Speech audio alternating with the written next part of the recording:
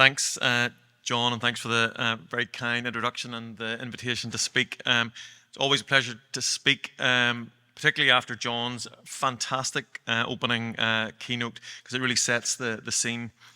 I don't have any disclosures, but I guess I would say I do this presentation as an investigator, but it is also worth pointing out that I also do work for the NHR for a part of my job, and as an investigator I try to influence the funder, and hopefully you'll see some of that. So I'm going to take a step back and just emphasize to everyone that without any question, the randomized controlled trial is the gold standard for evaluating new interventions. There may be situations where trials are not possible, but where they are, they remain the gold standard. That said, they are incredibly expensive, and you can see the numbers here, that it's over $2 billion per approved drug in terms of trial development, and that cost continues to rise rapidly. So we need to do clinical trials, but we need to do clinical trials more efficiently. And that introduces the concept of the platform trial, and we've heard John's really beautiful description of their place in research to date.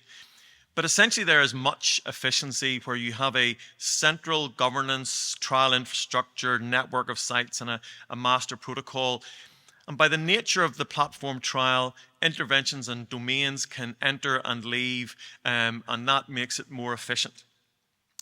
Often wrapped up with platform trials is the idea that they adapt as we go, and that's also critical. So it's very much a learning as we go approach, and there are multiple things that can adapt: the sample size, the randomized allocations, the interventions that are being tested.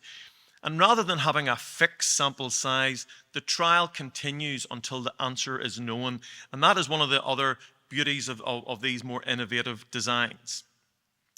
But sometimes people don't quite understand what adaptation is, and what it is not is freeform jazz, the Wild West, where you can do what you like. And that's really important, because to have faith and sort of trust in the results, you do have to make sure that this isn't perceived as something that is being made up on the way. So some of that in design did happen during the pandemic, but there were justifications for that. But as much as possible, all adaptations must be pre-specified. And we've heard already the examples of remap, cap, and recovery, and really what can be achieved in the setting, and what was achieved in the setting of COVID-19. But I guess COVID-19 was very specific, so we also need to ask ourselves, are platform trials the answer for everything? And I guess that's a question that we might come back to in the discussion. So I thought it would be useful just to give a sort of a brief overview of what the sort of general overview of the trial. Patients are randomized, the outcome is identified, there's a statistical model is updated, and if the answer has been achieved, then the intervention can stop, or it can be progressed again. And with the updated randomization, again, the idea of response adaptive randomization allows, depending on emerging information and the number of interventions within the platform, for more patients to be randomized to the therapy that is looking most promising. That is not without challenges, and maybe we'll hear more about that from Neil's talk when he talks about some of the methodology issues. This just gives you a sort of an overview of a typical protocol structure. And I guess what it emphasizes is that with these more innovative approaches, there becomes more complexity. And you can see, you can have the master protocol with the single analytical plan, multiple domains testing multiple interventions. But you also have to consider the governance and regulatory structures that sit within different countries. So as the protocol is delivered across international boundaries, you have to deal with pharmacovigilance and safety reporting in the UK, in the US, in Ireland. And often, even though the same regulatory framework should exist, there are subtle differences in how regulations are interpreted. There are good examples of papers on how the methodology should be conducted. And again, this is a great paper that summarizes much of the methodology that I would recommend to you in terms of understanding the methodology of adaptive platform designs. So what I thought it would be useful to do is just introduce some of the platforms that we have running in the global area in critical care, with a particular focus on adult, and there are also pediatric trials that we might hear about as well. I just have one slide on REMAP. It is the model, and I knew John would talk about REMAP, but one of the sort of really interesting benefits of REMAP, but also its complexities, is that it randomizes multiple therapies simultaneously. So you are able to look at that interaction, and that is one of the novelties of REMAP, and that's the multifactorial design. Now, not all platform trials take that approach, but it is something just to be aware of. I thought I would tell you a wee bit about Panther. Panther is perhaps the most tortured acronym of all of the platform trials, but it's an international phase 2 precision medicine trial. And as we've heard, one of the challenges with delivering these trials is the need for blinding in a platform trial where you may be testing multiple interventions. So in this trial, we have made the decision to have an open label design, which we can come back to. I'll give you a wee bit more about the design in a second, but there's some additional features that I think are critical as we set up our platform trials. We have early career engagement at the heart, and we'll hear a bit more about that this afternoon from Kieran Reddy. But these platform trials theoretically could exist in perpetuity, and by that, we need to make sure that we're not excluding the next generation of trialists from participating in trials. So having early career engagement is critical. Again, for a trial that may never end, we can ask the funders to fund us forever, but that's a challenge. So we need to think of other ways to make sustainability possible, and that's where we need to think carefully about having a strong commercial offer. We need to make sure that in the trials that we do, we understand our results, and I think mechanistic underpinning of all the trials that we do is critical. And then, as you sort of have heard already, but the role of the patient and the public must be critical. We should not be answering esoteric questions that are of importance to no one. We really do need to make sure that the questions that we ask and the outcomes that we use are critical to our public and patient members. And for any early career researcher, that's a QR code. If you scan that, that will bring you to our website where you can register and take part as an early career researcher. So initially, compared to REMAP, Panther is much simpler, and essentially what we're trying to do is randomize patients with either hyper or hypoinflammatory ARDS into receiving either simvastatin or baricitinib as the initial 2 therapies, compared to usual care, with our primary outcome of 28-day organ support free days. That's the simple slide.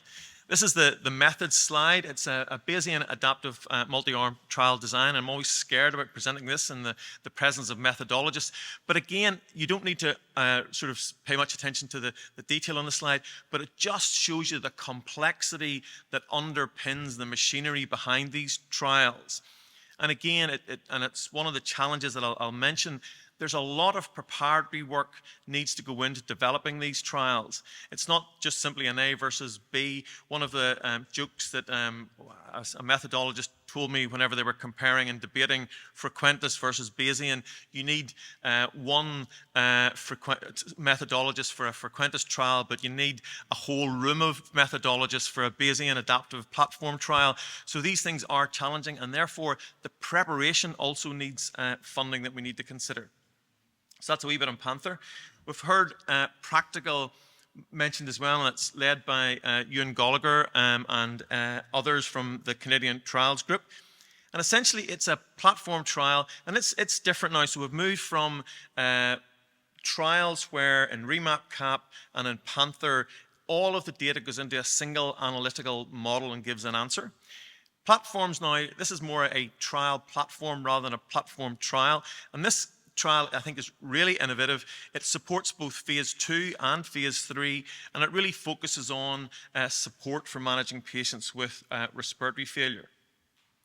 It's also phenotyping, but rather than using biology and inflammatory phenotypes to stratify patients. This is using respiratory physiology and looks at elastance, which is the inverse of compliance, so the stiffness of the lungs, to stratify patients according to the states that they're in. So non-intubated, less stiff, more stiff lungs, and then very sick lungs needing extracorporeal life support. And again, just to highlight, the machinery behind this is quite complicated. And this runs multiple different trials. So there's a domain looking at multiple respiratory support interventions. Then there's a domain looking at steroids. There's a domain looking at inhaled furosemide. And then also research, for example, in terms of consent approaches. So this is now multiple trials, but are being supported by a pre-existing infrastructure. And in the UK, we've sort of tried to replicate that with another trial platform called Correct. And it's interesting how the platforms can evolve. So we had an NIHR call for innovative approaches to mechanical ventilation, where as a sort of community, we put in 4 grants, thinking if we put 4 in, we'll get 1 funded. And hey-ho, that wasn't such a great idea. We got 4 funded. So very rapidly, we thought, oh my Lord, how are we going to deliver this? And actually taking practical as the model, we have evolved this in now to a pathway of care. So we're running essentially the 4 trials within a very similar approach to practical, and patients can enter at different points. Although the trials are going to be reported and have separate analytical models for each trial, we do consider each of the trials as part of the pathway. So it's not just completely standalone in terms of the analytical models. We're trying to build in how co-enrollment in each of the models might impact the design. And that's the sort of piece on platforms. But as John alludes to, there's probably more that we can do. And the question is, can multi-platform trials work, and can trials work together? And I think the beautiful example is the example that John showed, the heparin studies, where Active 4, ATTACK, and REMAP-CAP came together. They were answering the same question. They harmonized their protocols. I think doing that after the trials were funded presented some challenges, and there was some learning. Interestingly, there was an independent data safety monitoring committee for each study, and that presented learning as well, where during the course of the study, the DSMBs didn't agree with the decisions that were being made, and there was discussions and sort of learning from that is that you should only have 1 DSMB if you're going to have a multi-platform trial. But how you do that, how 1 DSMB might seed to another DSMB, is something that needs considered and written down, because again, we have to deal with the regulatory frameworks that we all function within. But that was successfully navigated. So I guess for me, platform trials offer many advantages to investigators and to patients. We get seamless enrollment into 1 or more domains. There's a limited duplication of work. Shared controls within a platform trial allow more efficiency, and arms and interventions and domains can be added as the trial continues along the way. That's all the good news. I think there are some challenges that do need considering. One of the big challenges is the funding approaches. We'll talk a bit more about each one of these. There's also issues around regulatory approvals that I've alluded to. There's the capacity at sites to consider. There's how these studies can be sponsored internationally. And as we've heard, and I'm not going into much more detail on that, blinding can be challenging. It's virtually impossible if you're comparing multiple interventions to have multiple dummies and double dummies, triple dummies to try and maintain blinding. I have to declare my bias. I think we over-worry about blinding. And in fact, the idea in a critical care environment, I see Jer, who holds a different view, is in the audience, so I better be careful what I say. But I think in a critical care environment where so much else is happening, the idea that knowledge of treatment allocation at the start of a ICU stay impacts 28-day outcomes is probably very unlikely. However, we don't have evidence to support that, so we do need some research on research. Nope. So what about funding? It's often fragmented. We have this idea of multiple jeopardy, where we go to the UK, we go to Ireland, we go to the US, we go to Canada, and we have to get all of these funders to agree that the question is important. So that's a challenge. Undoubtedly, and I take a slightly different view from John, I don't think early on these trials are more cost effective. I think the benefit comes later, but at the outset they're probably more expensive than a conventional two-arm trial. There's no budget framework for doing platform trials. You submit your application to a funder and you say, I'm going to start on this date, I'm going to finish on this date, and this is how much pounds or euros you're going to have to give me for this A versus B. Imagine the application that says, I'm going to start here, I'm going to answer as many questions as I can, I don't have an end date, can you just give me a big open check? So there are challenges around how we set up the sort of funding of these. There's undoubtedly waste in terms of multiple applications across the different funders, and that's not only for the investigators, it's for the peer reviewers, it's for the funders as well. So this lack of harmonization really needs to be sort of considered. And then we also need to consider competing national priorities. It may be pandemic preparedness is indeed the sort of national priority for many, but in other disease areas where these platforms may emerge, that may not be the case. And I think the sort of the sustaining of the platform trials, another major challenge, in part driven by these funding models that exist, but also because there's no core infrastructure funding. It's very difficult to get funding to do a coordination role independently of a question that you want to ask, and we need to think about that. And there's also the need to rapidly be able to adapt for new arms. And then there is the issue of economic stability, and with changes in exchange rates, impacts on inflation, other unexpected drivers of economic instability. But you can imagine how difficult it is if one major funder decides that that's not what they want to do in the middle of a global platform trial. It has a real risk of destabilization, the entire platform. So we need to be aware of that challenge as well. I'll come back to some solutions on that. The regulatory piece we've talked about as well. The idea that even though the international guidelines are supposed to be consistent across the world, we all know they're not, and there's multiple different interpretations across multiple jurisdictions. And research clinical trials continue to get ever more complicated and delayed. And I'm never sure the governance structure that we put in place or the contractual pieces ever do anything to protect patient safety. And that's a real challenge that we need to consider going forward as we do these trials. And I guess thinking about how we get to a more harmonized approach is important. Then we need to think about the sites. There are some issues at sites. We need to have international sites to deliver these global platform trials, and we need to make sure those sites are inclusive. One of the sort of staggering statistics that Beth Riviello repeatedly makes to me is that 86% of the world's population live outside high-income countries, so we must make sure that our trials are inclusive. And to do that, we need to have access to electronic systems, we need trained staff, and we need secure data systems. And that setup is very rarely, it goes back to this issue of not being covered by funders. So what about some solutions? And I think there is promise, particularly around the funding space.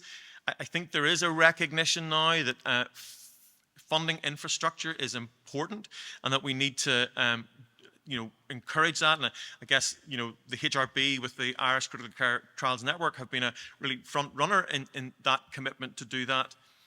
But I also think funders need to get together. We need to work together. And this idea that, my UK pound can't go to Ireland to support recruitment is, this is a topic that comes up whenever I say, why don't we let the NIHR funding fund recruitment in the UK and Ireland and other countries? Oh, taxpayers don't want that money to go out beyond their own jurisdictions. I don't actually think patients care about where their tax dollars go. I think they just want the answers to their problems, and I think that's a question that we really need to ask questions soon.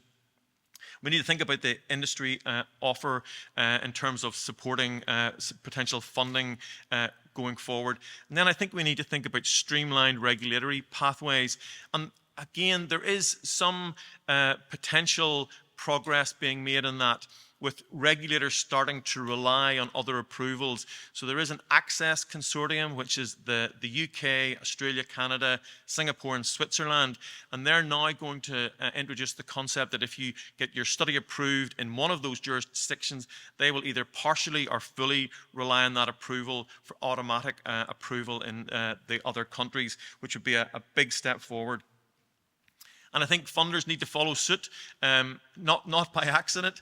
The UK has been working hard in terms of the NIHR to fund cross-national studies.